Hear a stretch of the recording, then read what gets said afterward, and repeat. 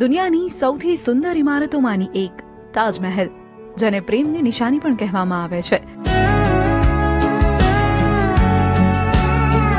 શાહજહાં અને મુમતાઝની અસલી કબરો તાજમહેલના મુખ્ય ગુંબજની નીચે બરાબર વચ્ચે આવેલી છે, જેને ભાસ્કરે પોતાના કેમેરામાં કેદ કરી છે.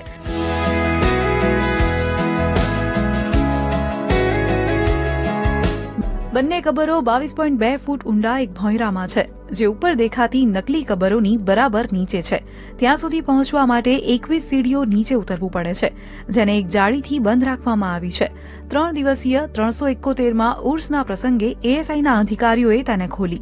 ताजमहल के तहखाने में हूँ। ये वही तहखाना है जहाँ पर मुमताज और शाहजहां की असली कब्र है.